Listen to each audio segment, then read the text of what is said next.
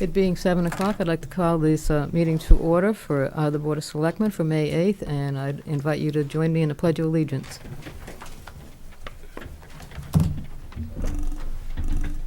Pledge allegiance to the flag of the United States of America and to the republic for which it stands, one nation, under God, indivisible, with liberty and justice for all.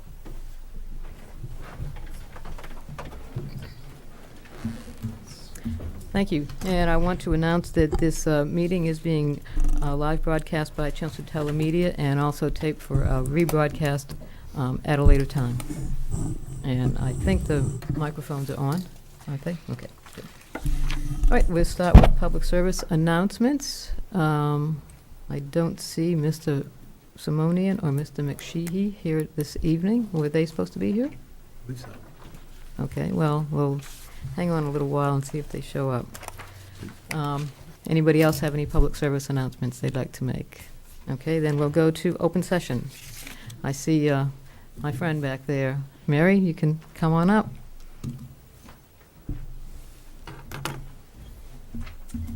Hello, I'm back again. This is Mary Donovan of Tanglewood Drive in Chelmsford. I'm here again to speak about that silly street light that I cannot get fixed. It's been over 11 months. I have called National Grid. I have called the Selectmen's office and got no answer back, and the Public Works and everyone else here in the town. And I've just originally found out on voting day that now National Grid that we have is in the United Kingdom and not a Massachusetts or a United States organization. I'd like to know what else I can do to get that street light done. As a matter of fact, I've been so stressed out with it. 3 weeks ago, I spent a week in the hospital with a heart attack. It is a security and a safety reason I'm after this. Yes, and after... We have a lot of animals up there that are ready to eat the dogs, and I'm tired of going out with my dog at 12 o'clock or 1 o'clock for him to go to the bathroom, that I have to go and stand out there for his safety. I pay my National Grid electric bill faithfully, and I know the town does. What else do I have except for I'm here tonight? Yes, last week I listened to TV, and I got Channel 7's phone number to call. I don't want to do that, and that's why I'm here tonight, because I don't pull any punches in anybody's back. Well, we hope you don't have to do that, Mary. Mary, it's me talking up here. Mary.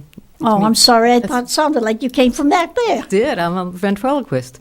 But anyway, after the last time you were here, Paul did follow up on that, and our DPW has been in constant contact with National Grid Right. about that. It's a decorative fixture with underground wiring, and that's what Right. we're waiting for National Grid to get. It's underground wire, but answers that I've been getting is, we've got a work order there, and they said we'd do it in 14 days. I marked the calendar for every call I have made, and I should have brought it tonight, but I didn't. But I have proof of all the calls that I have made and got no phone calls. Yes, I've had some help from the DPW group, but even National Grid said it's a town problem, and they have to be the ones in communicating from them. But I think it's kind of disgusting to be over 11 months with no service. So, Paul, is it town or is it National Grid? I mean, National Grid, they do the underground wiring. We'll follow up again Okay. tomorrow and see what we can do, but all right. we don't schedule their underground crews. Sure. But we put Right. the request into Susan Griffin, who's our liaison representative, back on 2 months ago, March 15th, and Mm-hmm. I share the frustration, but we'll do what we can. Keep Okay, chasing it could- down. You know what office she works out of? She's out of Turnpike Road. Nobody seems to call me back from the town hall, Susan Griffin, she's- Mr. Cohen. Could you, after you find out, could you call Ms. Donovan? Mhm. Does Yep. he have your number? He sure does. Yeah. I've called him 3 times last week. I mean, we haven't had them in here in a while to do a poll petition or anything like that. We could definitely put a little pressure on them in that regard, but That's why I was wondering who I could go to next. Yeah, she's out of the North Andover office, National Grid. We'll chase it down again. okay. Apologize for it taking so long, Mary, but, well, Well, I'm sure I'm not the only one in town, but even the shocker was to know that I'm paying an electric bill to another country. Queen Okay, has to thank be, you. too. all right. Thank you. Can I get a time limit so that I can stall off on that 617 call that I was thinking of making tomorrow morning? Okay, how about if you give us till the end of the week? The end of the week? Yeah, the end of this week? Gotcha. Okay, thank you. Appreciate that. Thank you for listening. Thank you. Okay, anybody else that would like to address us in open session? Okay, if not, we'll go to committee vacancies. Laura, do you want to read that list? Committee vacancies as of 5/8/2017. There is one unexpired 3-year term on the Civic Committee, up to 21 3-year terms on the Cultural Council. It's not perfect. 2 3-year terms for the Energy Conservation Committee, and 1 3-year term for the Tree Committee. Applications are available on the town website and can be returned to the town manager's office. Thank you. Okay, the next item is a license, a one-day beer and wine license for the Vinyl Square Strategic Action Plan Committee. Oh, Laura, I didn't know if it was going to be you or one of the other. I'm on that committee too. Okay, Yep, my name is Laura Lee. I'm here on behalf of the Vinyl Square Strategic Action Plan Committee, and we'll be holding a presentation to update the community on what we have accomplished so far as a committee, and also public input request for information and everyone's opinion on what we should do for our short, mid, and long-term planning. This meeting will be held at the Senior Center on Thursday, May 18th from 7 to 9 p.m. And we're hoping to serve beer and wine following the meeting. And we also hope everyone can join us to help provide their input as we continue to make progress on improving the Vinyl Square area. okay, thank you. Does anybody have any questions for Laura about the Vinyl Square Strategic Action Plan Committee or the license? Okay, entertain a motion then? I'll make a motion to approve a 1-day beer and wine license to the Vinyl Square Strategic Action Plan Committee for a public input session to be held at 75 Groton Road on May 18th, 2017. Second. Okay, any discussion? Did somebody ask what time? Oh, 7 to 9 p.m. on Thursday, May 18th. Okay, thank you. Thank you. I hope you can join us. Okay, we have a motion and a second. All in favor? Aye. Thank you. Okay, Thank you. Thanks, Laura. We'll see you there. Okay, next up is a report from the Tree Committee. Somebody have the clicker? No, we can just progress it. Okay. Shall I? Good evening, ladies and gentlemen. Thank you for this opportunity. The Tree Committee to present our report.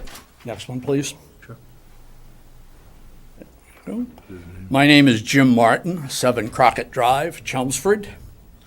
I'm a member of the Tree Committee.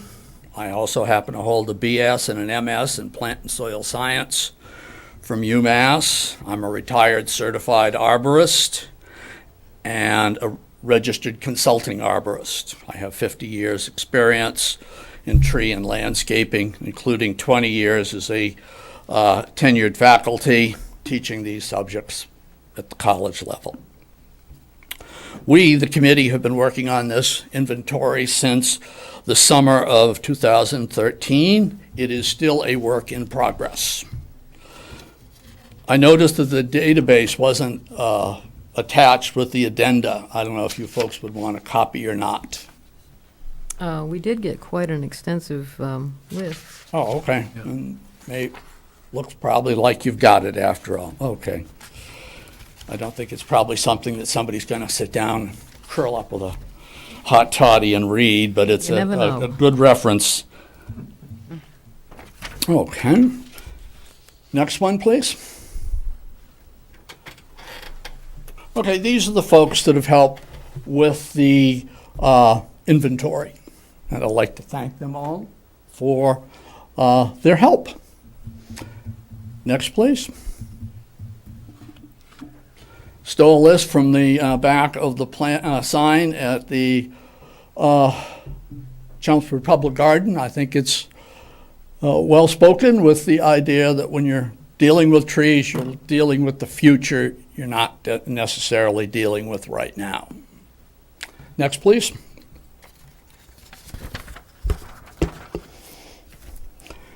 Trees, of course, you know, create value for Chelmsford, and these are some of them. Absorbing carbon, reducing runoff, air pollution. They also increase property values, and by that, also tax revenues. There have been a number of studies that show that anywhere between 5 and 30% of an appraised value of a house is related to its trees and its landscaping. So it's not insignificant. And of course, there are psychological benefits and sociological benefits also. Next, please. The purpose is to help the town of Chelmsford better manage and maintain its trees. And then an old professor once said, how can you possibly manage anything if you don't know what you have to manage? And hopefully the inventory will help with that. Next, please.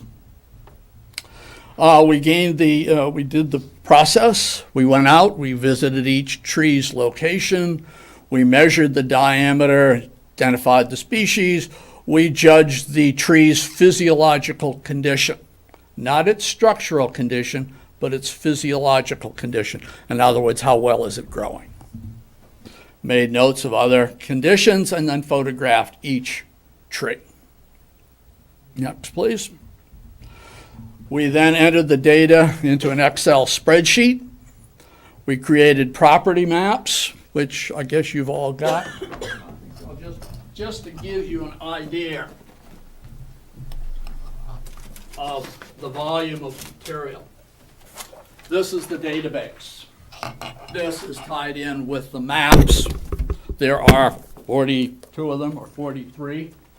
Each one of them is a property with the trees identified with their location. Then you can refer back to the database and find out what it is. And of course, since it's on Excel, you can sort through. You can find out the biggest tree in town, the smallest, how many oaks do we have, how many maples, how many trees are in good condition, how many trees have been removed. So it can be used for a lot of different things. Hopefully it will be used. Next, please. Properties inventoried. We've done 8 school properties, 6 cemeteries, both libraries, country club, the 3 commons, the north, center, and south commons, and a number of other places. And again, you can use the inventory to find out what trees are there on a particular property just by using the sort function. The total, next please. The next one, whoops.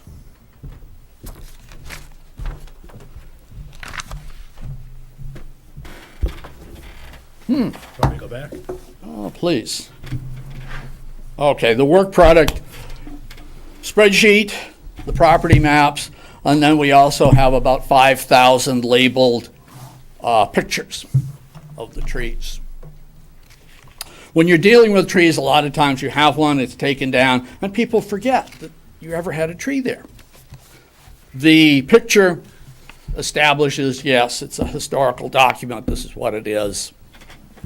Some facts, 1,840 trees have been inventoried. Average trunk diameter is about 13 inches, so we're talking about a fairly substantial population. Most common genus was maples, and the most common species was our friend, the Norway maple. Lovely. Number of tree varieties is 104.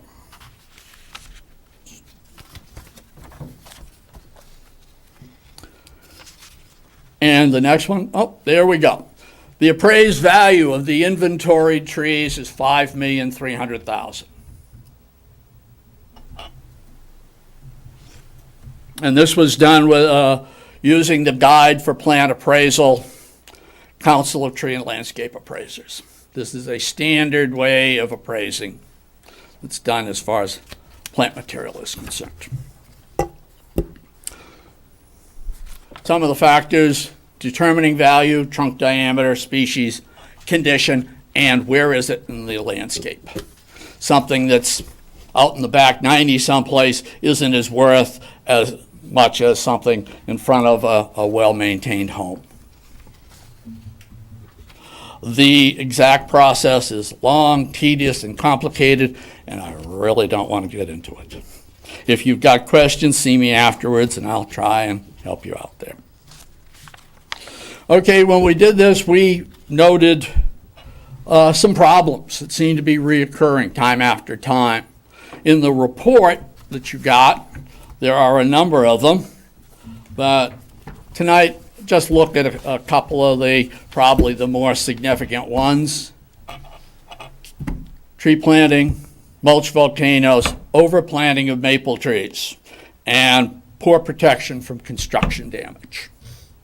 Next, please.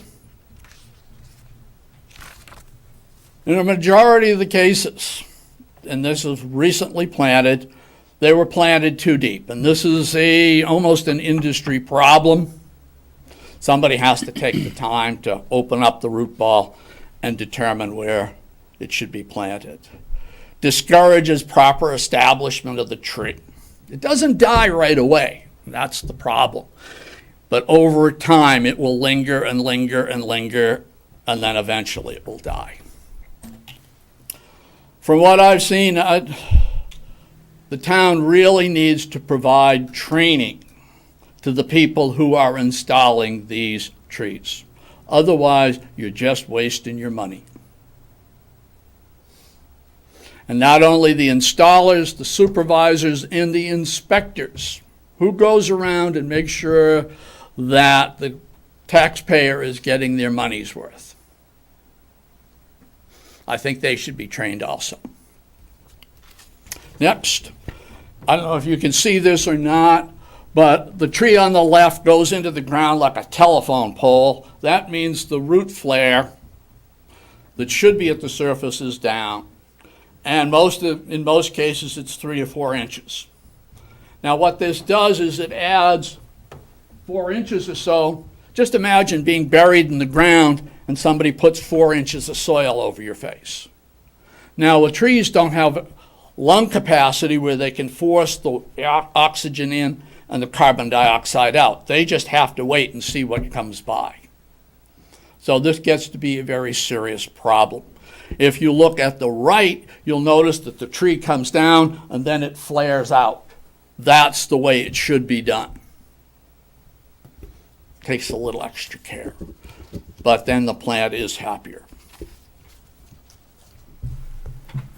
Next, please. Unless I'm going too fast. I realize you've got a lot of work to do. And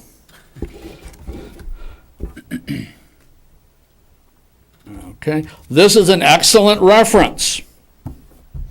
It's only $75. It's really worth the money. Watson and Gary Watson works for the Morton Arboretum. He's a PhD out there, been around for a long time, very well respected in the industry. Heimlich is retired from the Illinois Natural History Survey. Both of these are well-regarded people in the tree and landscape industry. The Morton Arboretum did some research a while ago on the best ways of planting trees, and a lot of their material is contained in this book. At least I highly recommend it. Next, please. This is something that's coming up new, and this is where the town is paying people to come along and pile mulch up against the trunk. And they're called mulch volcanoes. Next, please. On the left-hand side, you can see a lovely mulch volcano. And the problem here is the mulch is up against the bark of the tree. And that tree isn't really designed for that. So it encourages disease to attack that part of the tree. And if you lose the base of the tree, you've lost it all. It also is a problem, it stimulates the formation of girdling roots. And this will, again, gradually strangle the tree. Why the landscape maintenance people do it, I don't know. But if you want some more information, just Google mulch volcanoes. And I don't think there's any one person there that's ever said it was a good idea. It certainly isn't good for the trees. If you could scooch down a little bit. Oops. Ooh.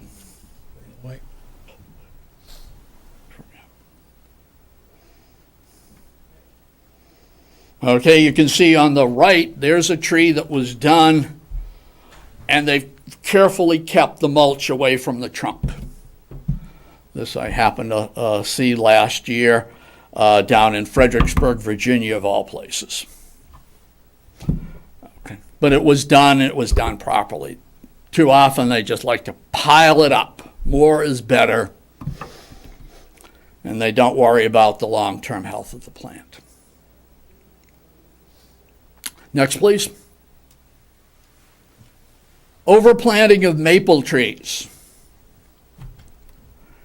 And this is monoculture, if you will. Overplanting one species. Lack of diversity. You know, we hear so much about diversity being good. In this case, lack of it is very bad. We've had problems with the American chestnut that's no longer present here. Some of you probably remember when the American elm was a lot more common in Chelmsford than it is now, until a disease came in and pretty much reduced at least the good ones. Norway maple, go over to Worcester, and they've got the Asian longhorn beetle. Unfortunately, there the feds are paying for removal of all of these trees. But it turned out that when they lost the elms, the city went out and planted all Norway maples. Didn't learn from their last mistake. And of course, ashes are the new problem, which, by the way, the tree committee is going to be trapping for emerald ash borer, which is the new problem that's coming this way. It's out in western Mass. It's also up in Andover. And this is going to kill all the ash trees in town. Fortunately, according to at least the inventory, about 2% of the population is ash tree. We're in good shape. Other towns or other places went, instead of Norway maples, they went with ashes. And there's a couple out in the Midwest that 65% of all their trees are ashes. But again, people still don't catch on. The arch in St. Louis, they had 1,100 ash trees that were originally planted there. So those are all going to go. Unfortunately, the designers wanted to replace them, so what did they do? They went with all London plane trees, again, rather than having diversity. So somewhere in the future, somebody's going to be saying, why did they do that? Okay, so overplanting. Next slide, please. This is a breakdown of what we found.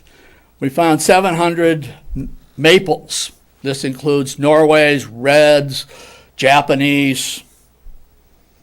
Those are the main culprits. 38% of the inventoried population are maple trees.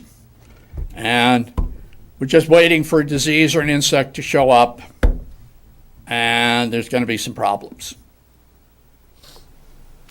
They should be, again, with planting, there's kind of a rule of thumb, no more than 10% should be a population. So in this case, the oaks are just about it. Next. Those are the old ones. These are the new ones. These are all under 2.5. These are recently planted under 2.5-inch caliper. And almost all of these are red maples. And almost all of them are a variety called October Glory. Somehow the town really gloms on red maples. So here we've got 47%. It's going downhill, folks. Much as I like to plant trees, like to see it done well and thoughtfully. So hopefully that can be changed. Next. Construction damage. And this is something that bothers me. Generally, these are the larger, more established trees that are damaged. And a number of different ways. I noticed on the plans for the library and also the plans for the new firehouse over here, it said right on the plans these certain trees were to be protected. But they weren't. No enforcement. And it doesn't take much to damage a tree. And unfortunately, contractors, they're interested. They want to get in. They want to get the job. They want to get the fee, move on to the next job. So damage to trees is not really that important. And again, they don't die quickly. If somebody did something stupid and all of a sudden all the leaves fall off and the tree falls over, people would probably, 1 equals 2. But in this case, very oftentimes it is 3, 5, 10 years. And then everybody stands there, gee, I wonder what happened. Okay, we've recommended a standard. This is an A300. This is a national standard put out by the National Standards Institute. And A300 Part 5 calls for management of trees during construction. Not only should it be called for, but it should be enforced. Next. Here's a picture on the left-hand side. This was one of the protected trees. You can see that it's got the orange netting around it. And in this case, probably about 75% of the tree roots have been removed. Needless to say, that tree had to come down. Then we're starting on the right-hand side. This is a black walnut. Again, it was supposed to be protected. And that one is probably 30, 32 inches through. This is a substantial tree. And in this case, they put 2 to 3 feet of fill over the roots. So you'll be taking that one down in a couple of years, which is kind of a shame.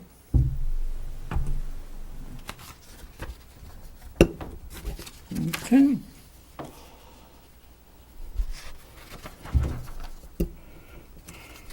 All right, next. And these are the 4 key issues. We've already talked about them.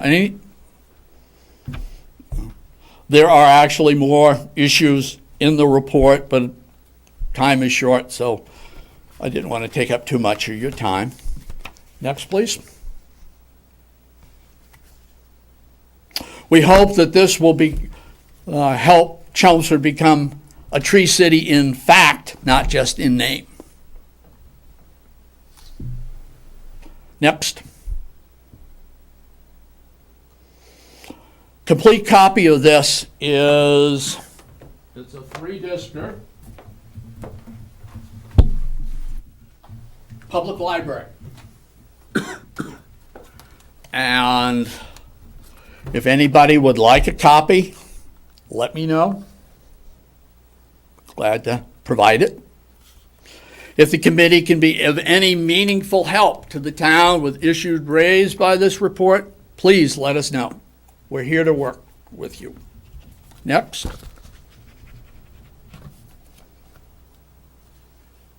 Thank you. Any questions?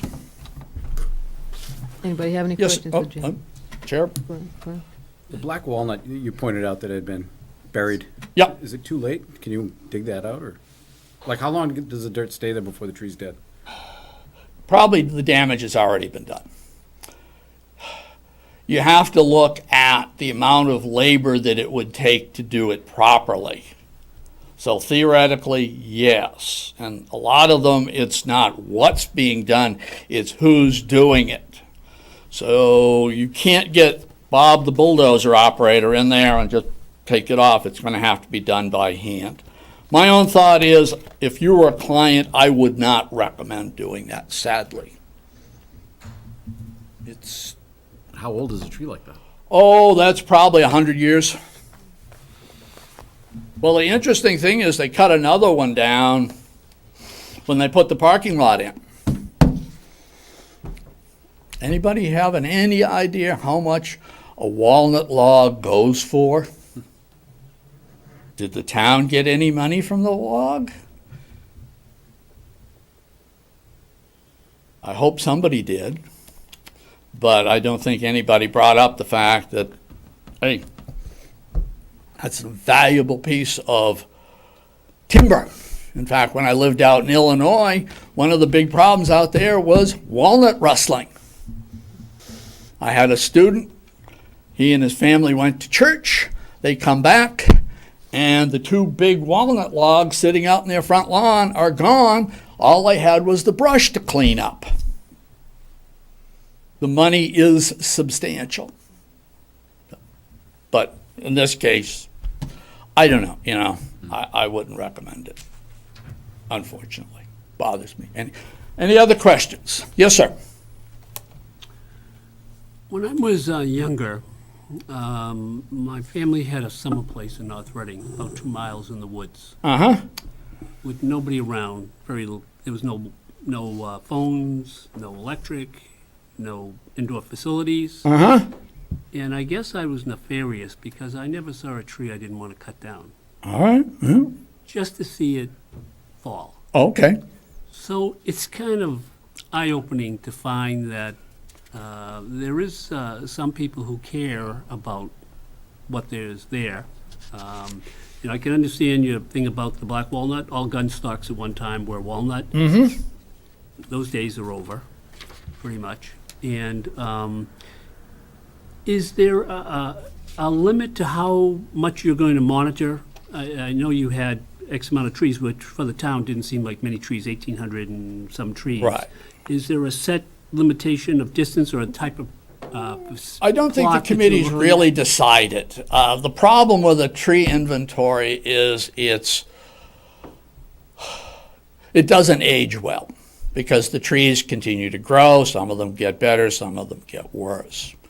So a lot of times what happens is after like 5 years, you go back and you re-inventory all your plants to find out how you're doing. Because that really tells you that, okay, over 5 years, we've lost 7.5% of our trees. The condition is getting better, getting worse. What are the specific problems? So that's still, I think, nebulous. It depends on what the committee wants.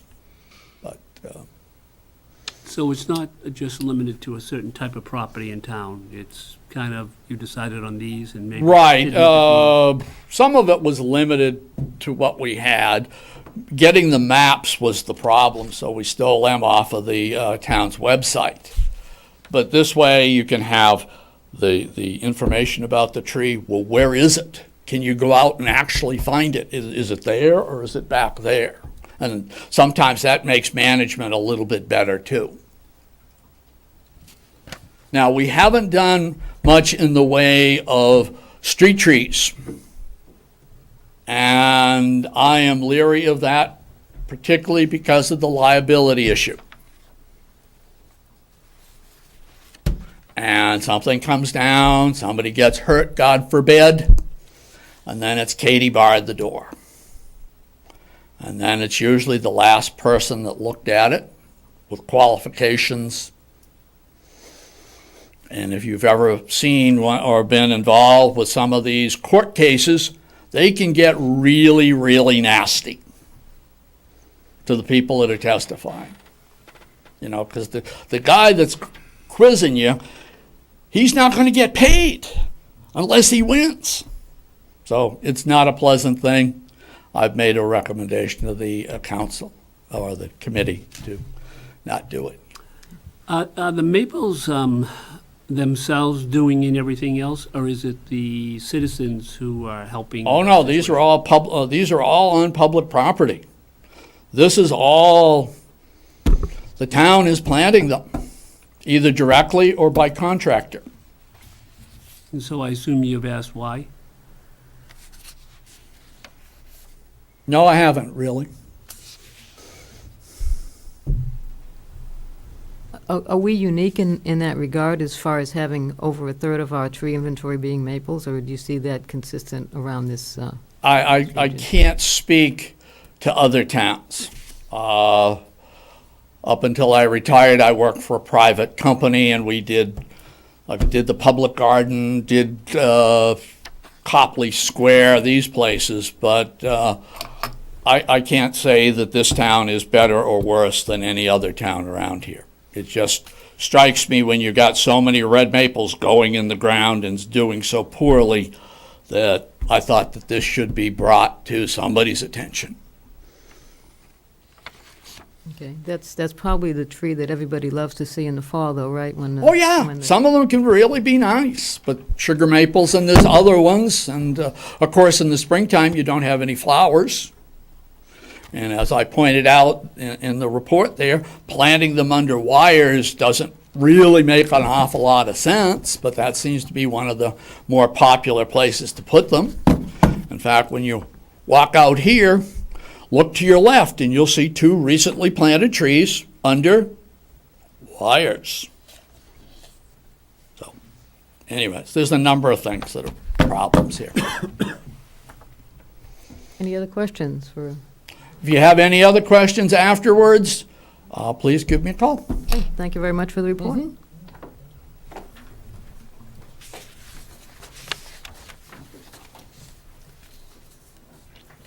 Okay, Oh, one last question. The symbol that you started with, is that any particular kind of tree, or is that just a That's a bur composite? oak, actually. What? Somebody in the, I think in the town clerk's office, uses that on our meeting little brochure thing. So is it placard. a type of tree, or is it just Oh, a it's a composite? bur oak. Was that very common here at one time? Oh, I really couldn't answer that. This place has been logged over 3 times, and when the people started out, they weren't keeping really good notes of what they were cutting down. But it is, I would assume it's probably, certainly native to Massachusetts and probably, possibly, Chelmsford. You didn't mention gypsy moths. No, we don't. Well, I think they've got enough on their plate with emerald ash borer coming, and of course gypsy moth is going to be a banner year this year. They've been held in check with diseases, and evidently they've been let loose, so no good news, actually. no good news. I'm sorry. All right. Invited back. Well, thank you very much, and thanks to the tree committee for their good work. You help us maintain our designation every year, so we're grateful for that. Okay, next on our agenda, we just want to acknowledge the receipt of the local initiative proposal that everybody should have received in your packets. This is for the one on 61 Carlisle Street. And my understanding is that they will be before us at our next meeting. Is that correct, Paul? Yes, if that's the board's pleasure, we can schedule them to Okay. be here in 2 weeks. All right, and I know the developer is aware of the board's policy as far as the notification and fees and all that, so I'm sure he has that under control.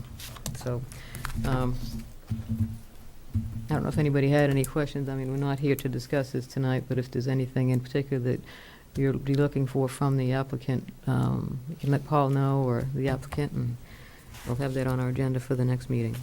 Are we voting on that in the next meeting, or are we just gonna We will, make a we possibly presentation? could. He had a pretty big list of indexed documentation.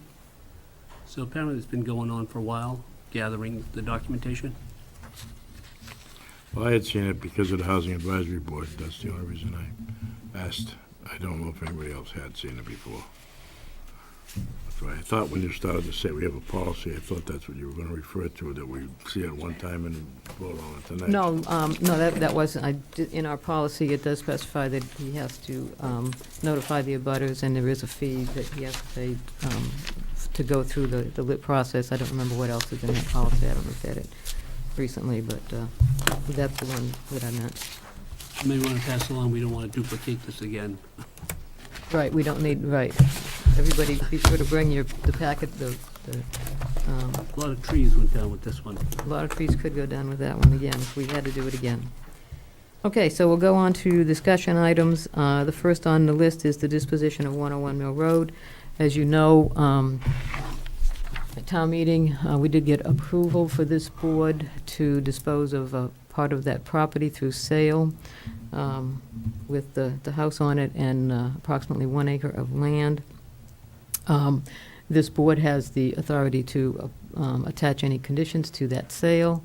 And I would ask Linda Prescott to come up and just give us a brief review of the historic nature of that property and any work that has been done as far as preserving it with a historic preservation. So, That's correct. The property, actually, Samuel Adams, who is related to the Quincy Adams, he was the brother of, or an uncle of that family. He came into town in 1656 with the express job to create the will. He was given 400 acres of land by the town, by town meeting, just for a sawmill. The people in town were just really tired of living in like cellars with roofs on them and actually burrowing into the sides of hills for their homes. A few years later, he was also given the permission to build a gristmill and another 200 acres of land. So originally that property had a lot of land. It's my understanding that the mill stream, which is the remnants of the original buildings, or actually the dam, and has the water rights. I understand that goes way upstream. It's a tremendous amount of property. So we're looking at this house, which is a statement from the Adams family that they are successful, they are here, and they built one of 3 federal homes in town. They're very, very unusual even in this area. The house is in really good condition. It has been taken care of. The collaborative did a good job. It's gone through some substantial renovations. So I am working right now with the Massachusetts Historical Commission with the preservation restriction. First, a preservation restriction really isn't a restriction, it's an easement. It's meant to ease this building into the 21st century. If a building cannot be usable, it hits the dumpster. And we saw the Dutton House do that recently. So a preservation restriction goes in perpetuity. The process is, I've sent pictures into Mass Historic. They need to be reviewed along with the updated inventory that was just finished with our inventory project, to a special committee at Mass Historic who will look it over and determine if there's enough left, if this building should be preserved in perpetuity. There's a lot of work that's been done, so I don't know where we stand with that. Hopefully I'll get that information tomorrow. If not, it should qualify for a 30-year renewable restriction. And that has the same limitations, qualifications as a in perpetuity. PRs also are restricted to the outside of the building, really what you can see from the street. And it guarantees that the building outside will not change unless you put into your deed that when it comes time for replacement parts, that you would like the building restored. So if they have to take off the vinyl siding, that wood clapboards would go in their place. And there's not a whole lot on the outside that would require that. If you have to replace the bay windows, we would ask that you replace them with the 2 single windows. That's basically what it is. The Historical Commission would probably administer the PR, and I think probably the way everybody knows Red Wing Farm and the work that we've worked with Bob Morse. And it doesn't mean that we say no. Bob Morse actually took down part of his house and repaired it, rebuilt it, because it was dragging down the original home. So we're very flexible. But the PR will keep that building looking as it is on the outside, which improves the value of the neighborhood. So, any questions? Anybody have any questions? Okay, go in. Is there other types of restrictions in addition to what you were talking about? Not that protects the outside. How about in terms of the use of the property per Well, I se? think Paul has probably some information on, It doesn't control the use. That remains in the hands of the town. We just control or we monitor the outside. And what we put So in. from that standpoint, is it like a condo that you own it from the outside walls in? And you Yeah, can do anything basically. you want, but the outside is the outside? Yeah, I often say that, you're signing over the outside of the building to the town. And when there's need for repairs or something, then you get in touch with the town. There was some discussion about part of it was not the original.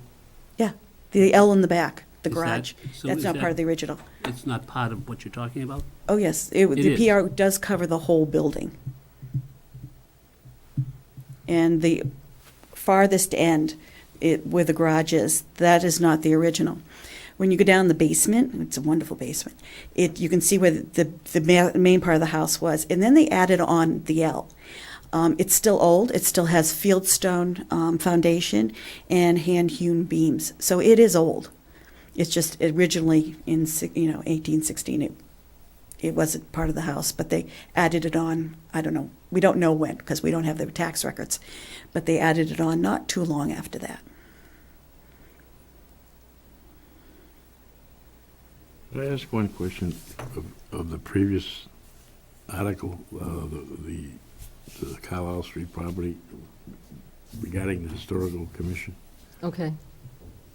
Do you have any input, or have you been asked to look at that piece on Carlisle Street? Yes, we were there just after it was purchased. We have a very good working relationship with the owner.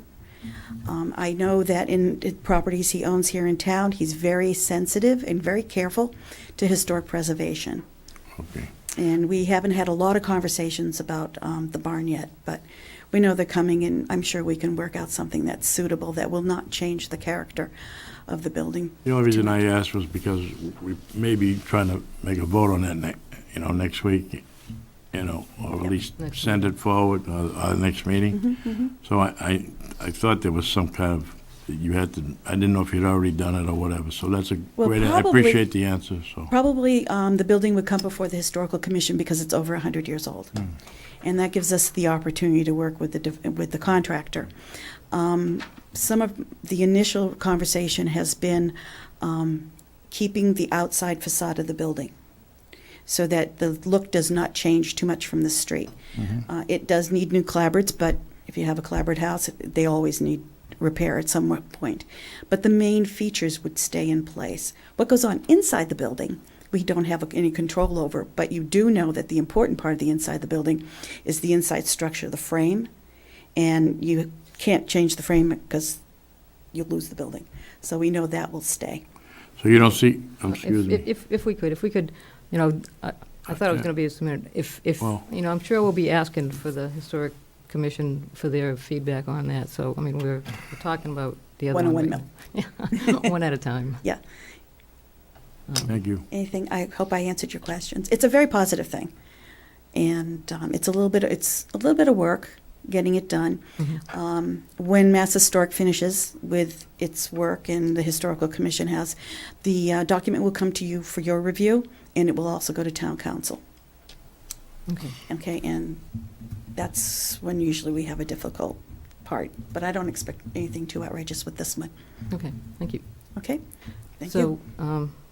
So now is for our board, as far as going forward with this, I know that that's just one aspect. So I think that, you know, we have the historic part. Yeah. But there are other, I know, other restrictions that we were talking about putting on this before it goes to auction. And when is do you have an auction scheduled for that? No, we do not at this Okay. point.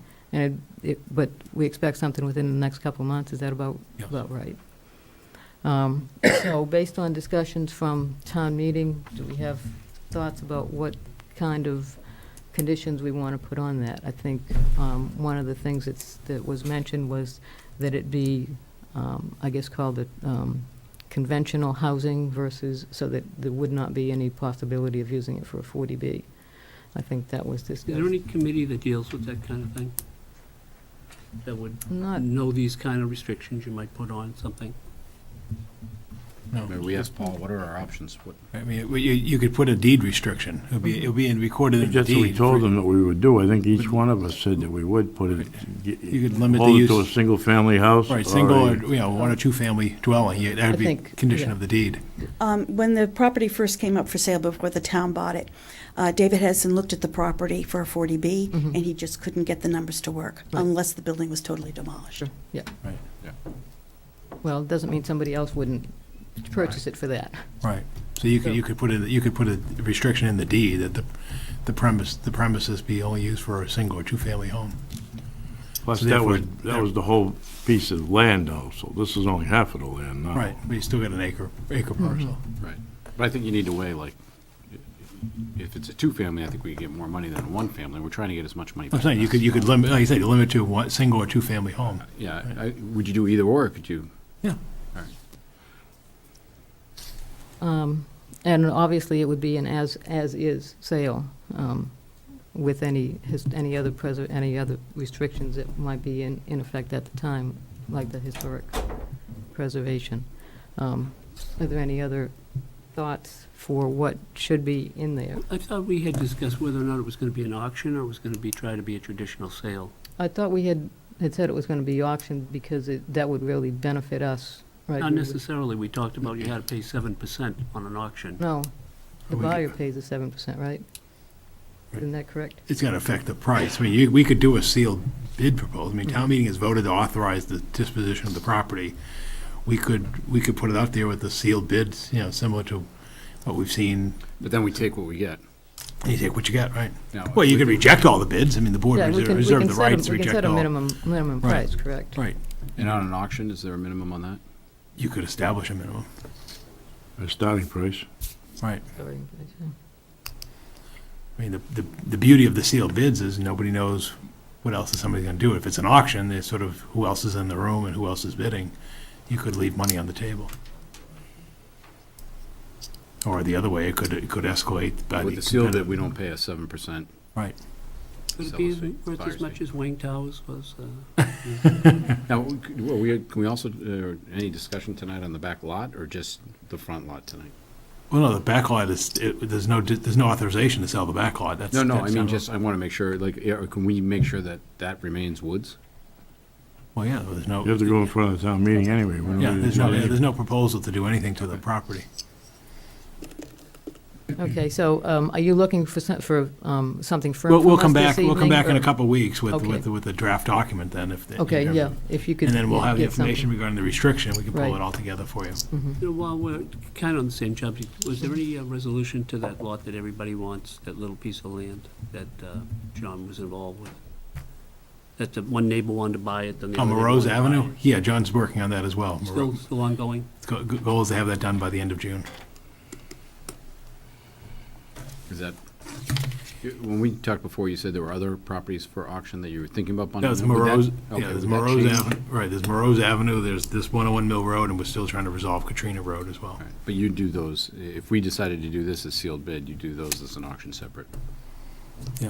Okay, I'm just making sure. Thank you. So what exactly would be a good price for a single-family home on Mill Road with 1 acre? Does anyone in the room know what a good price We got a is realtor in the room. for a single-family home with 1 acre of land in the Mill Road neighborhood? As is, right. Or High even- on the hill, overlooking with a beautiful With landscape. the best view Protected lot. in town. I don't know, probably like 450 realistically for the size and scope of that property, I would say. And Even with taking off an acre, you'd still Have you ever gone to any auctions? have I? Yeah, I have. What's your general feeling? Do they sell below market rate, or do they sell at market rate?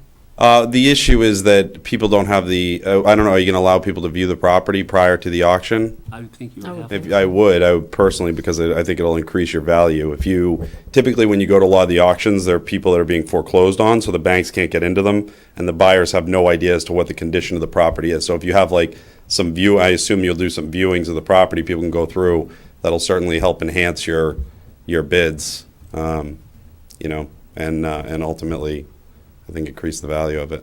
If we're clear that it can be used as a two-family, does that increase or hurt the value? I think that increases the value if you do a two-family.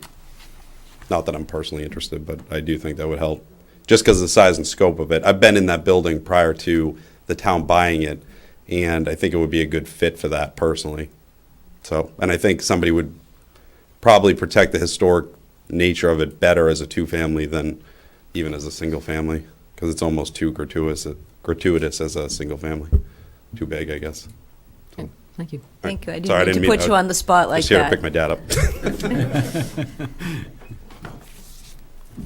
Okay, so we'll look for Okay, we'll that bring at it back, yeah. at our next meeting and finalize that and see how we want to move forward with that. Okay, next for discussion is the consideration of proposed changes to the town charter, and there were two sections in particular that the Charter Review Committee had asked us to comment on. Again, if people want to make comments this evening, I know we are scheduled to be at their meeting tomorrow. Okay. Have you already made your presentation? Yeah, no, I'm all set. I checked off one. I thought you were skipping. Okay. You know, as I've mentioned before, you know, we created the Charter Review Committee to be an independent committee to evaluate the current charter, to come forward with suggestions on how to improve it. And everybody is entitled to give their opinions to that committee. We can make comments here this evening. I would not entertain a vote because I think that might put pressure on that committee that I would not like to see, you know, them get from us at this time. The process would be, as I said, for them to bring forward recommendations to go on a town meeting in the fall. Any that would pass at town meeting would then be on the ballot next April for general townwide approval. So given that, does anybody want to make any comments about these particular two sections having to do with the 4.7, removal of the town manager, and 6.1, the annual budget policy? I'm just curious, Sam's in the room. When we were at the meeting, Sam, what was the purpose? And when we were there, you had made comments about whether the board could be consulted. What was the goal? Did you want advice? Were you looking for advice? Were you?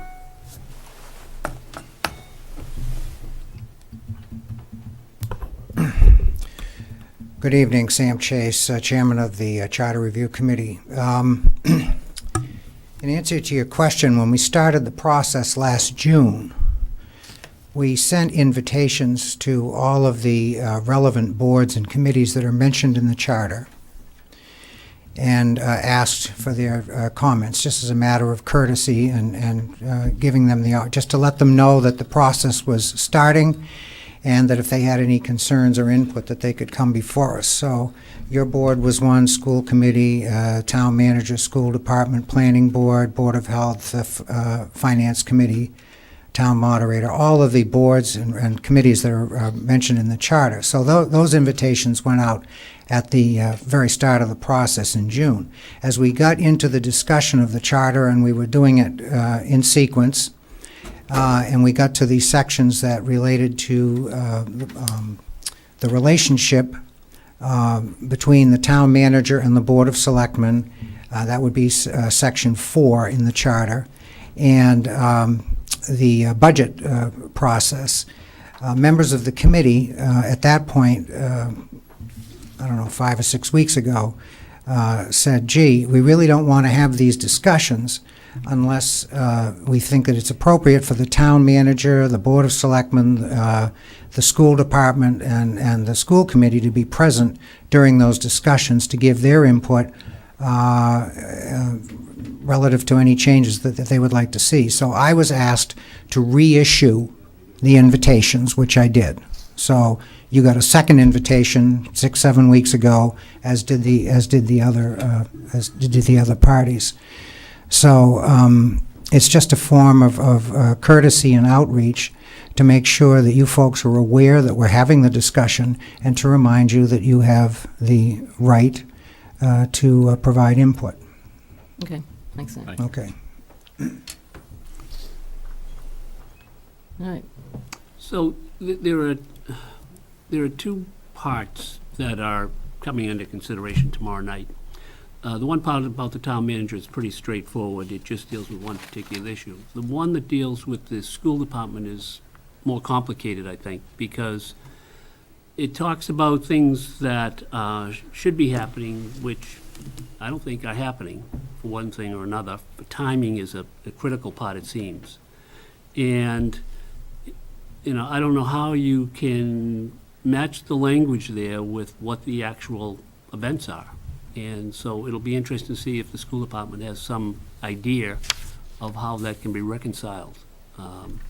I think part of the positive nature of talking about it here is that I know that the chairman has reached out many times to the residents of Chelmsford to come to their meetings and speak about the issues and speak about the charter, and there have been very few takers on that.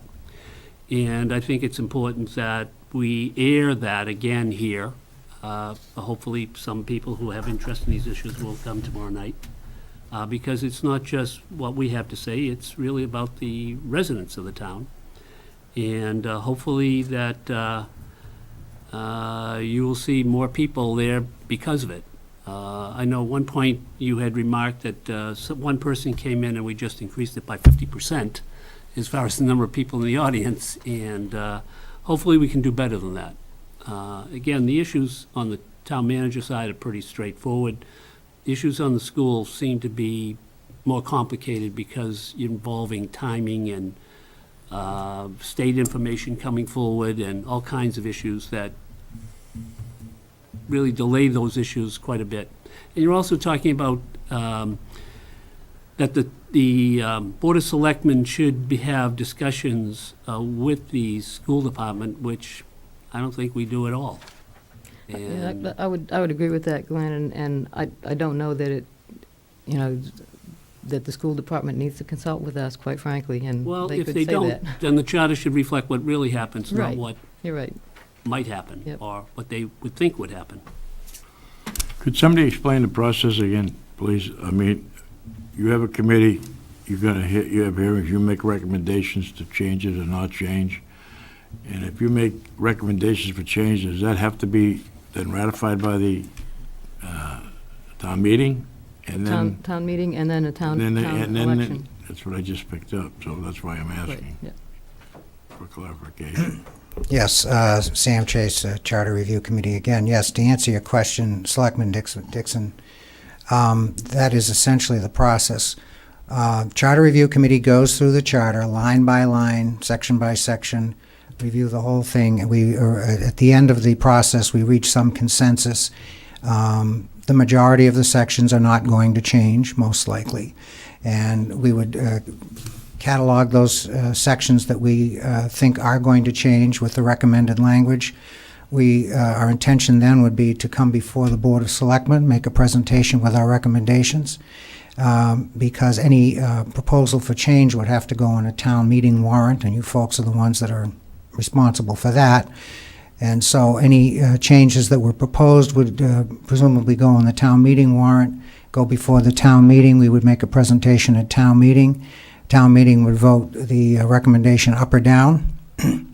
If the recommendation is not accepted, then it dies at that point. If the recommendation is accepted, then it would move to the general ballot. Okay, so that's the process. Thank you.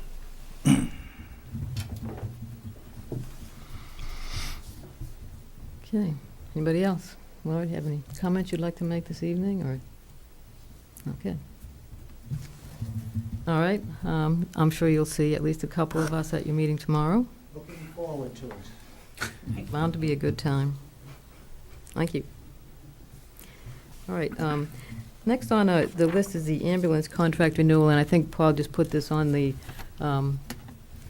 agenda to alert us that that contract does expire the end of next month, correct? So we need to put that on our agenda to discuss and make a vote. And I guess probably also to decide if we want to go forward with the same vendor, or if we do want to put it out to any kind of bid. We could look at the contract itself and have Mr. Chumley come in and give us an update and make that decision at that time. Any thoughts on that? I don't, well, from what I've learned in the past, or what I thought I've learned in the past, is I don't think there's anybody else that qualifies to do what he does in our area. I agree. He does a very good job. No, I don't mean even his capability. I mean, which I do agree with you that he's good, but I mean, the emergency care and everything, most of the others are more of transporters and things like that, right? So, and we don't even, this doesn't even require us to send it out for a bid or anything else. We could vote this tonight and just vote Well, I this think it would be in. good to see what the contract says. Right, you can't bid ambulance Right. emergency Yeah, bid with services it. because it involves Medicare money and the federal anti-kickback provisions. So you can't say, well, who will give us the most money to provide the ambulance contract? What you're allowed to do, and what we've done for the last few contracts, is we're allowed to recover our costs for support of the ambulance contract, i.e. our dispatch function. So what happens is each time the contract has come up for renewal, the then police chief would do the calculation about how many of the calls that come in the operations dispatch center pertain to medical, and then we reimburse for our services providing that, somewhere in the neighborhood of like $80,000 per year. And right now, Chief Spinney is updating that calculation. But you're right, you can't bid it to high bidder, and as you said, there really is, in this area, immediate area, there is only one provider that we know of that is based in this area. And the whole concern was always if the idea of multiple ambulance response, you have that presence up in Drum Hill that you can accommodate that, whereas that was one of the concerns you may have heard when Tingsboro sort of went and said, oh, we'll take it on our own. And then the concern was, well, what happens if you have a multiple ambulance response? Who's your backup? Where is it going to come from? Is this somewhat analogous, at the tri-board, the school department was talking about their buses, and that there's only one company that does it. Right, but that's competitively bid. That's sort of, what will you provide us, charges for buses? They had two vendors, only one submitted a bid, but that's based on price. We can't do that for.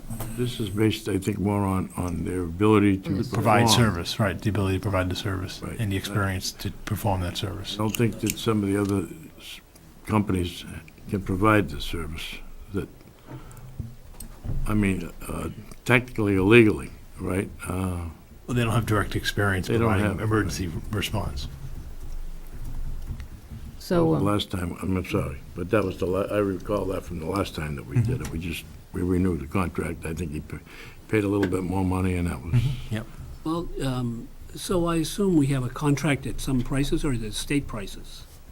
Or- No, again, if it's, there are federal Medicare and Medicaid reimbursement rates that they're provided, and then there are insurance rates that are provided for transport. And then occasionally you'll have that situation where somebody doesn't have insurance, or there's that gap, the whole issue of the balance billing. Well, I would think it would be good to have Mr. Chumley come in and just talk in general to us about the pressures of that kind of business and so forth. Sure. Okay, and, yeah, if he could make it to our next meeting, that Sure. would be good. And would Chief Spinney be ready with his report Yes, also? he would. You think? Okay. So Paul, are you saying we only are allowed to get what we're out in administrative costs, or we can That's get correct. above that? No, we cannot get above that. Just what it costs us? Right. In fact, you've got to submit to the federal government the amount, and then it gets audited to make sure that you're not making money off of the federal government, believe it or not. Okay. Okay. And, yeah, you'll provide the current Yep, we'll contract. give you the too, contract, with- yep. With our next, great, thanks. Okay, also under discussion was the town manager's employment agreement. Again, this was put on here just as a discussion item, not to talk about really tonight. This is probably something that we maybe would handle in an executive session, I would say probably in concurrently or thereabouts with his evaluation. The most recent employment agreement does expire July 1st or June 30th. So again, just notification to everyone that this is something we need to address over the next 6 weeks or so. And I think when, possibly when we get to the part of our agenda where we talk about the evaluations of the town manager and town accountant, we can maybe schedule the time to do that. Did we get a copy of that? Of which? The employment I agreement, yes. thought there was. Yeah, there is. And because there was so much, Prior to the election. I think we I had put it talked with the about other piece. Town council evaluating that. Did we set a date For on that? for town council? Yeah, we were talking about, that's coming up, that contract's coming up. And we set a That's- date to that's- push it off a little bit. That's renewed every year, I didn't bring that June in, 'cause 30th, I and had we seen did that. extend it to June 30th this year, so it would come up in our annual renewals. I mean, that's probably something we should talk about, too. I mean, if you guys, please, do you think we need to put that out to bid again? I Yes. don't know what the feeling is on everybody. I think we should. Okay. When was the last time it was put out to bid? It was a while ago. Do you remember exactly when it was that we did town council? John Curlin was on the board. Yeah. Going back probably 6 years or so. Yeah, so it's probably about 6 years ago. No, I think it's overdue. Okay. But at the time, we didn't just put out an RFP, we invited selected firms. We invited 3 Right. firms. Right, to, We narrowed it down to 3 firms, I think. No, I think we invited, we didn't put it out to bid or anything like that. We just picked 3. Well, we knew of 3 that did that kind of work that we thought would be appropriate. I mean, we could put it out to bid, or we could, if you feel that way, we could find 3 or 5 well, that would do that. I think we need 3. 3's a nice number. How you get them is, Last time, it was the company that represented the school committee. They were one of them, right? And Yep. Goldman and Page, and I forget who the other ones are very small, like 2-man company or something like that. I mean, I would think that the person's handling the asphalt business would be interested in, coming in and talk to us. And if there's another one, great. Okay, so, Paul, maybe if you could get a list of appropriate business companies, and at our next meeting, we can pick 3 or 5 and set them up for a meeting in June to come and make a presentation to us. Great. How's that sound? Great. Okay. All right, thank you. All right. Okay, on to town manager reports. Yeah, just a couple of items, and they all sort of pertain to housing. Just wanted to, I think the board's aware, but just notify the community that on May 18th, next week, the Board of Appeals hearing begins on the 50 Hunt Road, 84-unit affordable housing project at the corner of Hunt and Littleton Road. That hearing opens. Also, this coming Wednesday, Mass Housing is doing a site visit for the proposed affordable housing project at 7 Gorham Street. And we've been notified that Brick Hill Road, they have submitted the filing with Mass Housing for their project over there. So what we expect is probably by the time for your next meeting, you will have requests for comment on those two projects. So I just wanted to let you know that, we sort of gave a quick update at town meeting of all these proposal projects that are out there, and as you said, we now have 3 that are in play right now, aside from the local initiative one that you discussed earlier this evening. How many units was Brookfield, 120 something? 120 units, yeah. That's all I have, Madam Chair. Okay, One question of Joe Reddy concerning that. sure. Joe, can I ask you a question? We're talking about affordable housing, and I've heard it said that Chelmsford's median for rental units is around $1,800. Would you agree with that, or say it's? Well, how many bedrooms are you talking about? 2 bedrooms? 2. 2 bedrooms, that's about right. 800 to 900 a bedroom. And what would you be looking for family income to justify something like that?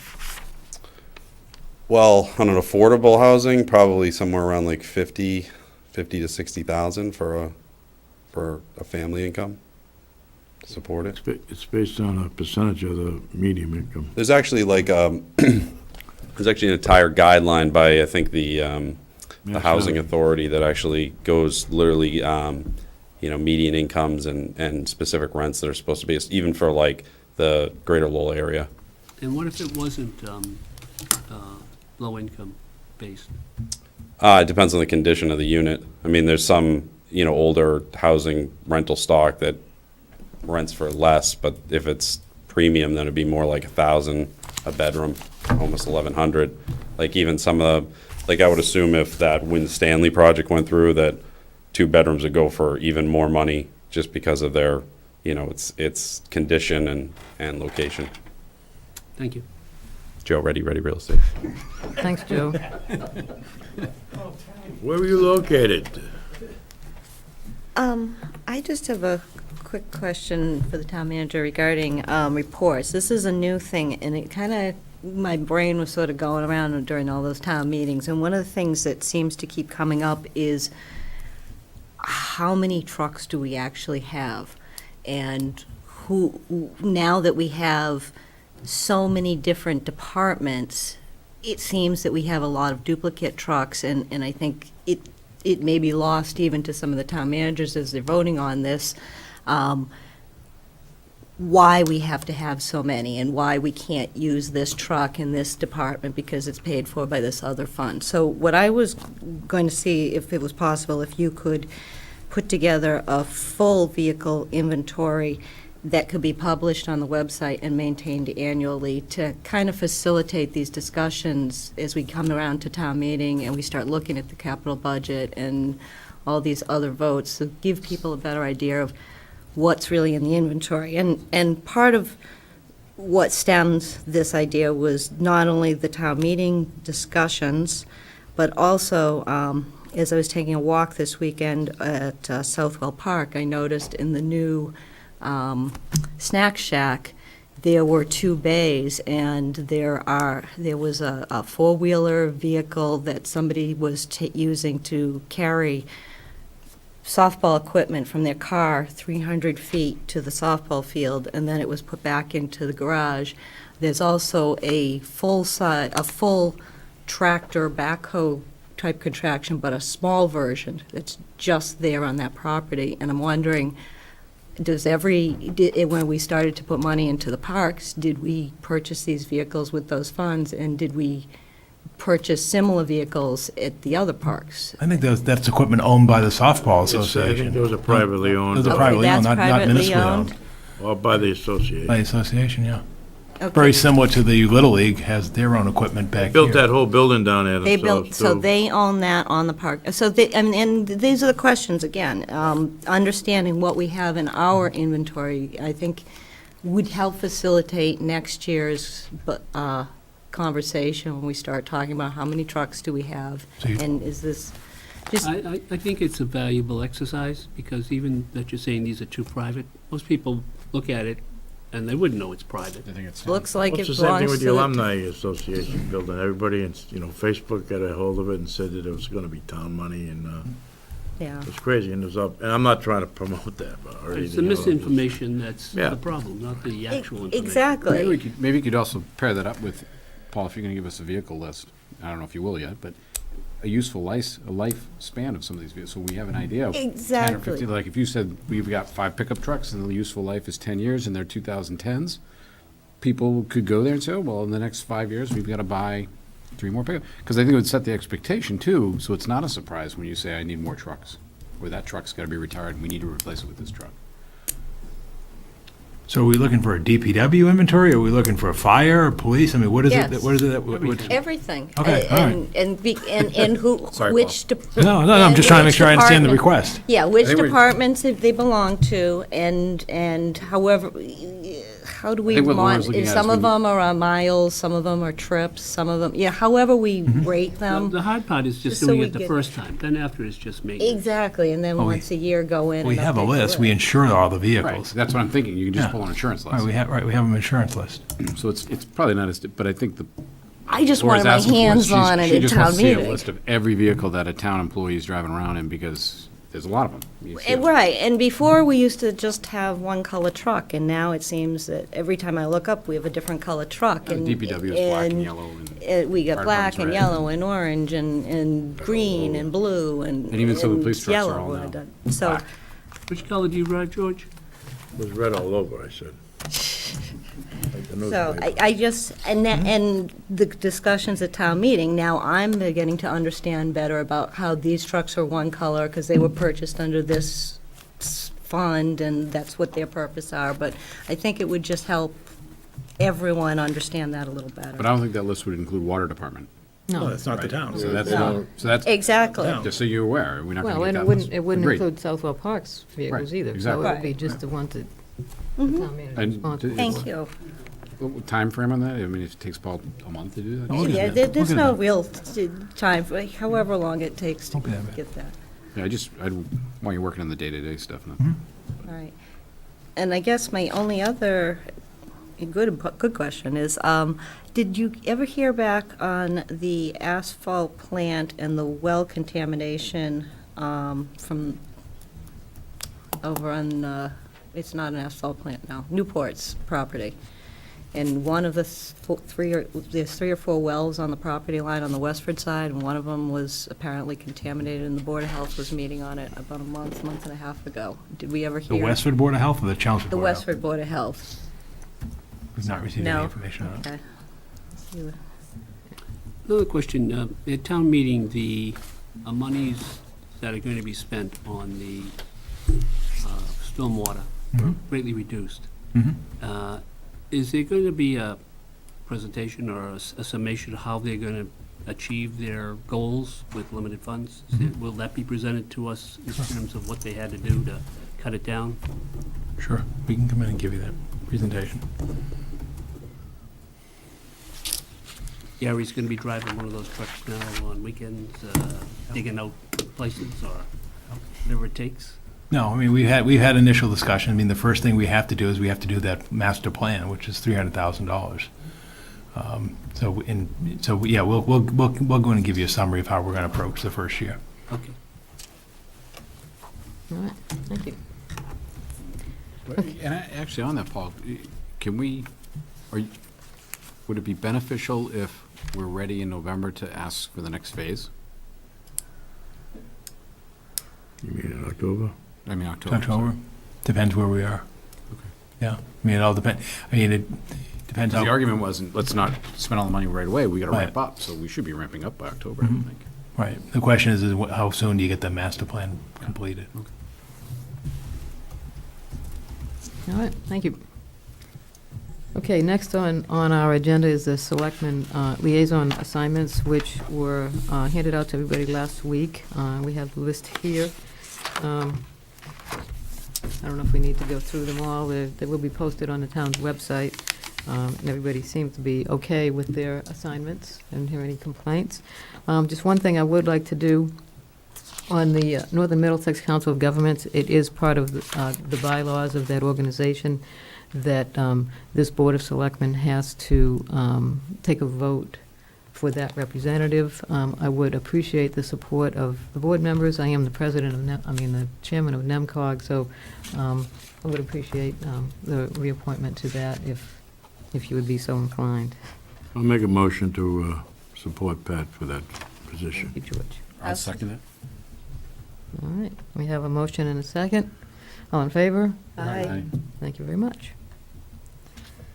The other committees that have members assigned to them where they do have a voting role on the committee, not just a liaison, are the Community Preservation Fund. Laura Merrill will continue on that committee, and the Housing Advisory Board and the LRTA, and George will continue his participation in both of those committees.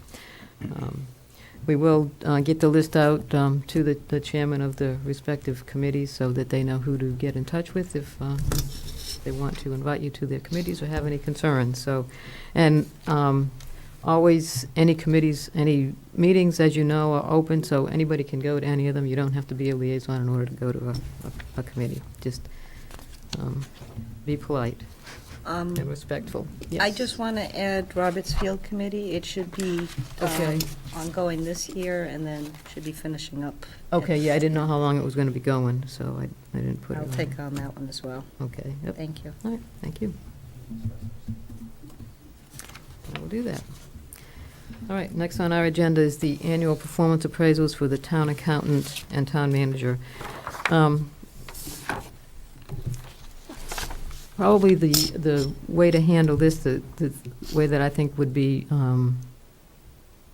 easiest, probably for everybody, would be typically one person is assigned to each, either to both the town manager and or the accountant, to begin the process of developing their performance evaluation. That person would solicit input from the other board members to create the document, and then that person would go to that person, the town manager or the accountant, and make that presentation, review that with them in an informal setting prior to having the performance review presented at an open meeting, at which time the final rating for the person, the manager or accountant, is voted by this board. That's kind of how we've been doing it. I think that Last works. year we did two. We did two, but it's difficult to do two because you can't do them together without posting it as a meeting. And it seems to be, like, I know last year it seemed that there was just one document that was presented to the person, the accountant or the manager. So basically it was duplicating the same process twice. I don't know, I like the two. Did you have two make the document, one presented? Well, I mean, it's, I guess I don't Trying to find understand. common ground. Well, I guess I just don't understand why you'd want to have two.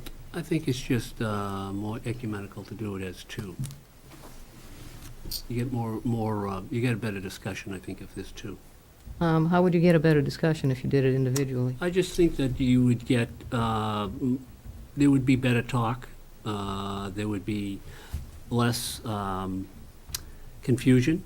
Two people would be, I think there'd be more confusion. But I don't think so. I think they're important and they should be done right. Well, I agree. George. I absolutely think they should be done right, and the final presentation would be done at an open meeting, and every person, I would expect, would have some comment to make at an open meeting, based on their input that they would give to the person who would be making the presentation informally to the manager or accountant. Can I ask a question on the process? Sure. So does the board come up with the evaluation, and then one person goes and meets with the manager? Or does one person come up with the evaluation, meet with the manager, then come back to the board? The first one that you said is how it's been done, is the one person, in the way I would have it, see the process working, the one person would consolidate all the comments from everybody, put those in the document. We have a document that we've been using, we can provide to everybody, which lists the prior year goals and how they were achieved, goals for the upcoming fiscal year, and then any specific comments they have about the person. And so they would present the entire document to that person, which then would be put into a final form for an open meeting, at which time it would be presented to the public, and each member would have the opportunity to reiterate their comments or add more comments at that time. I think that my experiences in businesses, you always have three people in a room, but Because there can be confrontations. I want to be sure that you present But that's the things thing, accurately. that's the thing, you can't do the two at once. You can't be like you and George going in to see Paul together, or it'd have to be a posted meeting. And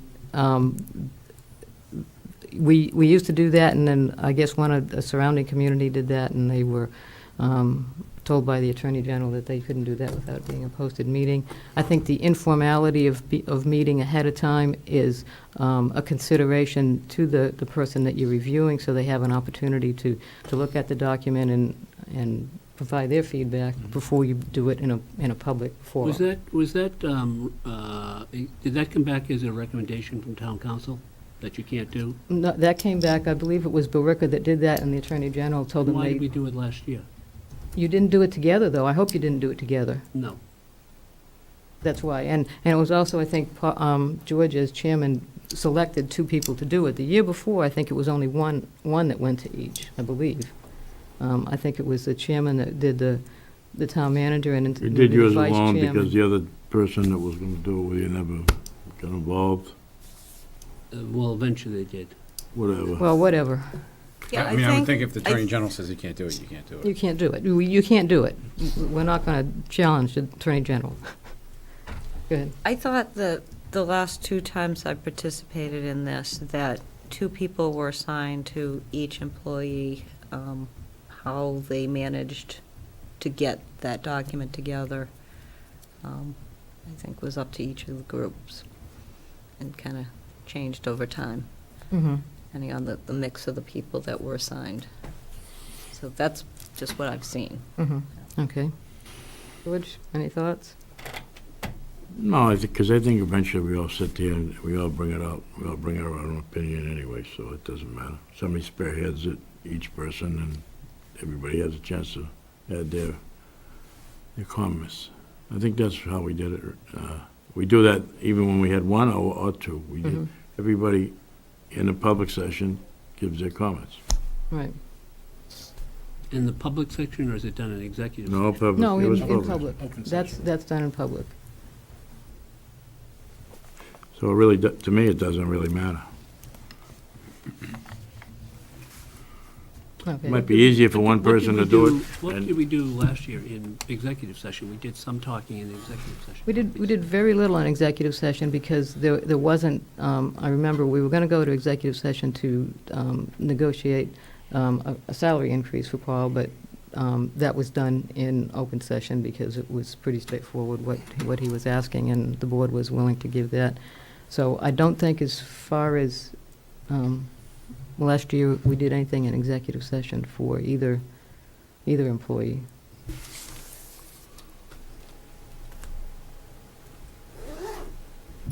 So, again, I mean, that would be my preference. I think it's a duplication of effort if we have 2 people doing it, but, You're the chairman, you just make the rule, that's all.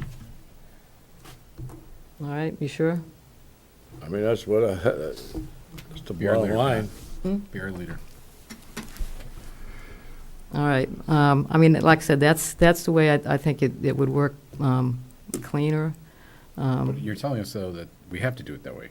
You said Well, that I'm too. saying that you could have 2 people do it, but then when you went in informally to see the person, you couldn't do it together. You'd have to do it at separate times, which is what was done last year. What if it were you? What would you want? 2 people looking at it from different perspectives and coming together with one? You're asking me? No, Ken. Or Well, I already know just one? how I do it. I mean, we always have 2 people. We either do it. But I do- assuming that they couldn't be there together. No, that's what I mean. They're never together. They're just independent, but at the end it comes together. Well, in the end, it not only comes together with the 2, I mean, we present it to the community. So I think it's different than what you do in a business. I think it just goes back to as long as there's full transparency and communication. Okay. All right, I mean, I would like to try this, that way this year. Sure. And if we find that there's a big concern, then obviously it can be changed. So, given that, I mean, I would like to do the town manager's review. And again, I will send out last year's, Didn't you do town manager's review last year? And Glenn did Darlene's? Bob and I did Darlene's. And you and I did Right. Paul's. So what we did the previous year was we switched the next year so that the same person wasn't doing the same review. Well, but, again, I'm the chairman. I understand. Just trying to get some middle ground. I mean, I think, quite frankly, and I was going to propose this as part of our policies, I think it should be the chairman that does the town manager and maybe the vice chairman that does the town accountant, just on a general basis, because that way they would know who to expect to do Well, it. aren't you making an executive decision on that? But I think I'm allowed to. Where does it say that? I don't know that it says that specifically anyway. You better find where it says it, because I'm not happy with that.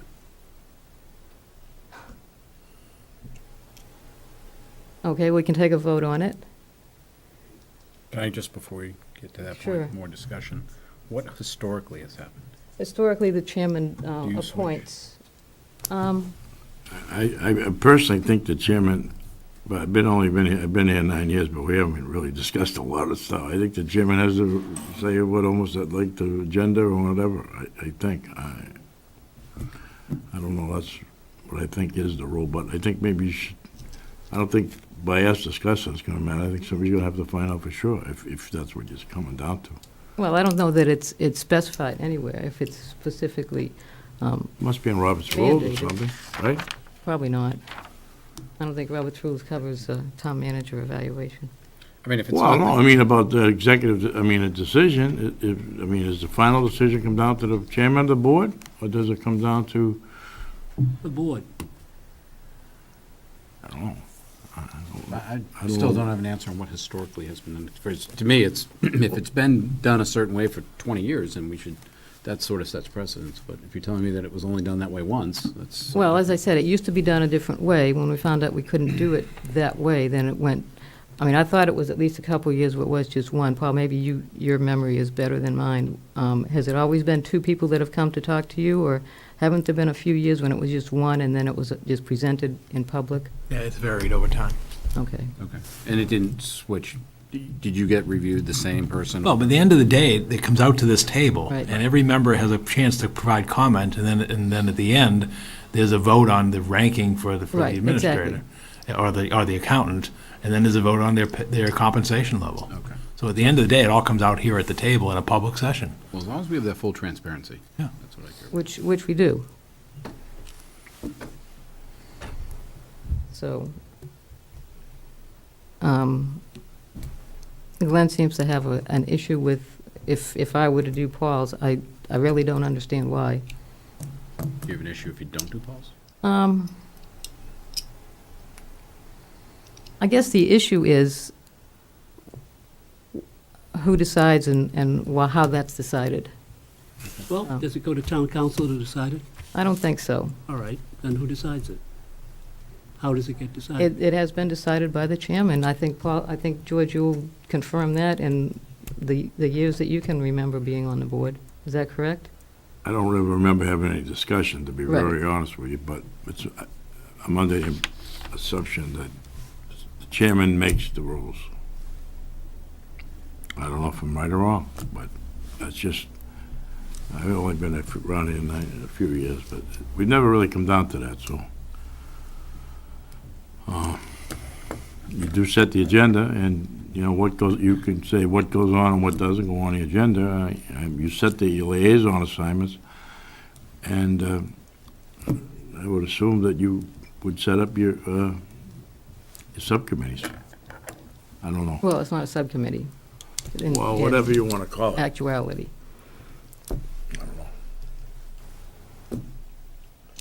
I don't know. I would suggest at this point, since it seems that there's some strong feelings, that maybe you and Glenn work on the town managers, and I will work on the town accountants with either Ken or George. Probably, I mean, Well, Ken's more up, he's No, go ahead, he's more George. qualified than that. He needs to be baptized, and he's in that field, so he, you know, I mean. It would be helpful to me, because Yeah. I'm not a Yeah. manager, and I'm Yeah. also not an accountant, so. Yeah, and you that would don't, be you don't great. want to work with me, I understand, so it's all right. No, you don't, you can come out and say it, we're being very frank I would here. love to work with you. Oh, on okay. There you this go. one. Okay, Glenn and I will do the town manager, Laura and Ken will do the town accountant. If you could send out those reviews in the next week, I would hope to have them completed for, say, our first meeting in June to be publicly presented, and then possibly at the end of that meeting, we could do our, what, you're not going to be here? No, I'm just wondering, can I get her last? Right, that's what I said, we'll Okay, send it out. Yeah, You're not listening. sorry. To do an executive session after that meeting in June to review the town manager's employment agreement. Okay, work session schedule. We typically do a work session in May or June to go over, review the goals that we had set for the previous year and to set goals for the coming year. That typically is not done during a regular meeting. A couple of dates I would suggest for that. We could do it next Monday, May 15th. We don't have a meeting. I have a West Campus meeting. Oh, okay. All right, we can't do it then. Unless you want to do it earlier. Well, we sometimes do start that at, say, 6, but, I mean, I would want to allow, I'd say, more than an hour for it. So another date, how about the day after Memorial Day, May 30th? That's a Tuesday. We don't have to meet on Mondays. How's May 30th, a Tuesday? Okay? Seems- What time? We typically start that at 6. Does that sound okay with everybody? What time? 6? Everybody make a 6 o'clock meeting, which will be here. Is the room available? I would think so. I mean, that's the 5th Tuesday, so it's not like a typical board would meet if they do first and third or second and fourth. It's the only reason We'll I find a know I'm room. If this room available. isn't available, we'll find a room. We'll find a room, that's right. All right, very good. Okay, on to appointments. We have several town manager appointments. Yes, I'm seeking the board's confirmation to the appointment of David Sperry to the Community Action Program Committee for a term ending June 30th, 2018. I'll make a motion to accept the town manager's appointment of Dave Sperry to the Community Action Program Committee. I'll second the motion. Any discussion? All in favor? Aye. Aye. Aye.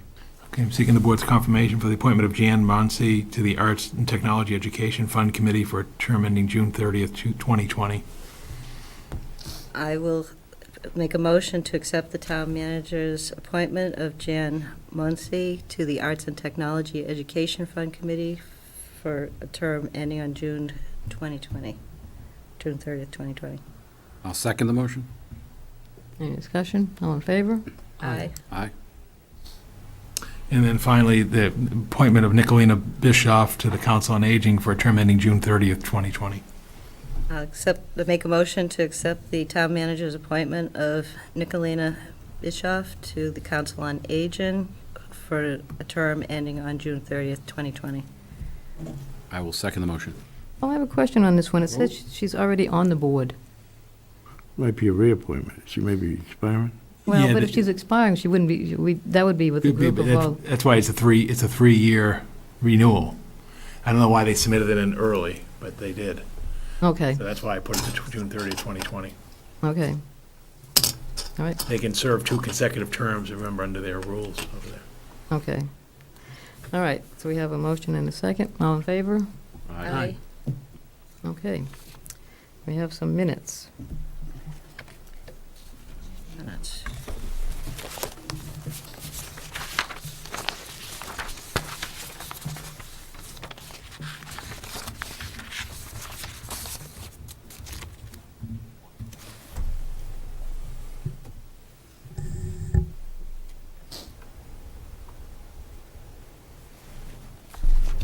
We have a motion.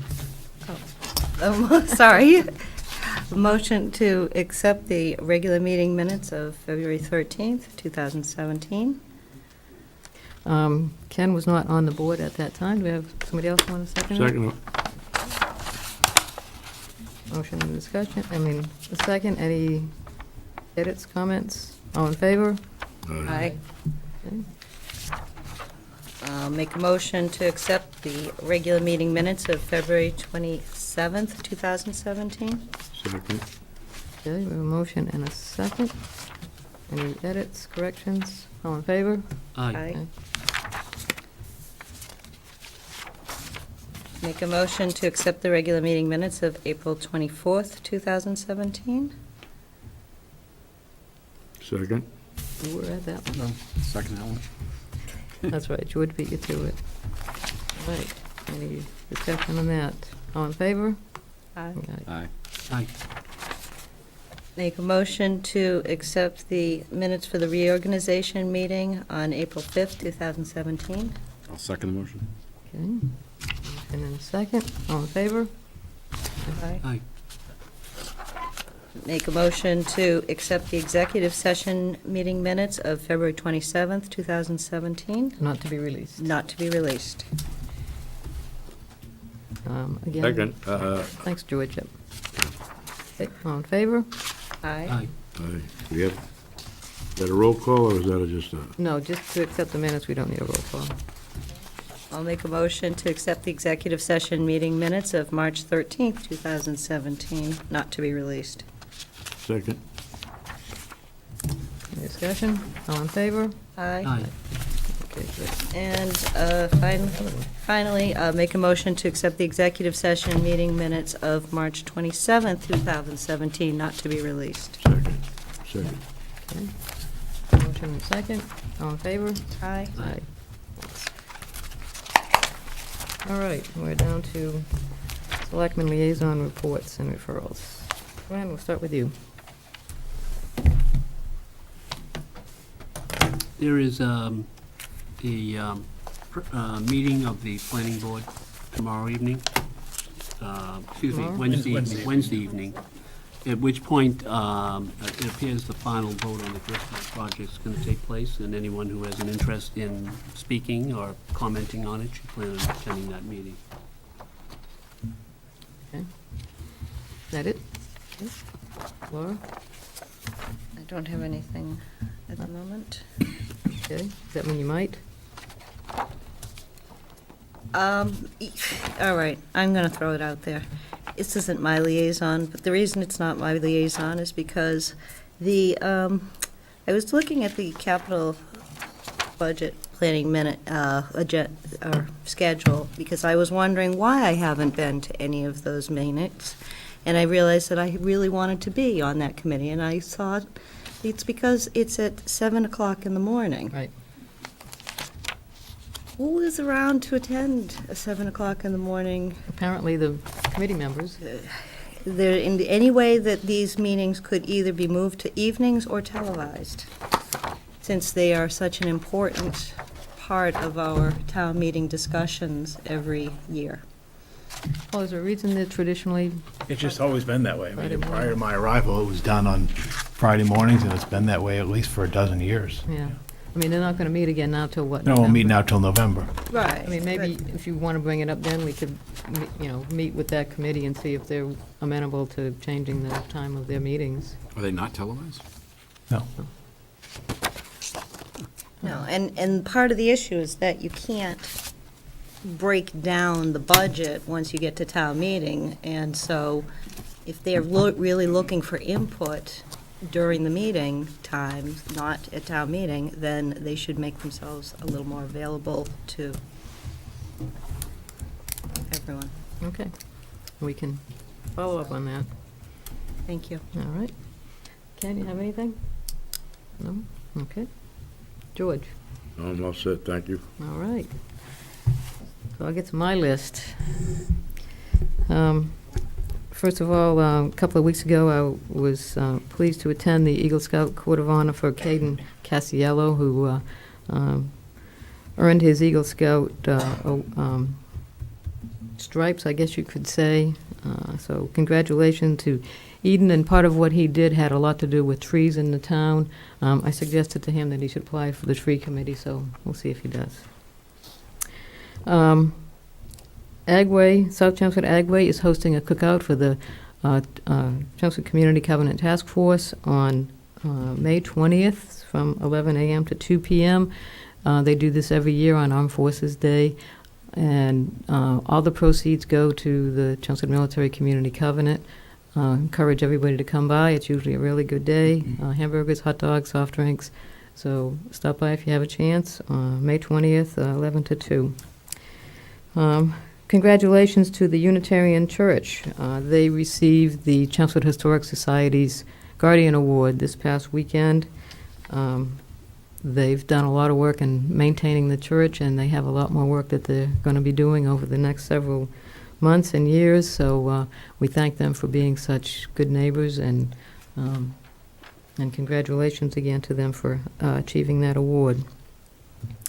There'll be a book drop-off for the Chelmsford Friends of the Library for their annual book sale on May 20th from 9 to 12 in the morning, and that drop-off is held behind town offices at the gym, the same place that the book sale is held. So if you have any books that you want to donate, bring them by on that day, May 20th, 9 to 12. And lastly, this is Municipal Clerks Week, and our town clerk is hosting a coffee with the clerk this Wednesday, May 10th at 10 a.m. Invite everybody to come by and meet the town clerk and her staff and see all the stuff that they do in that office. And looking forward to seeing everybody there. Where is it?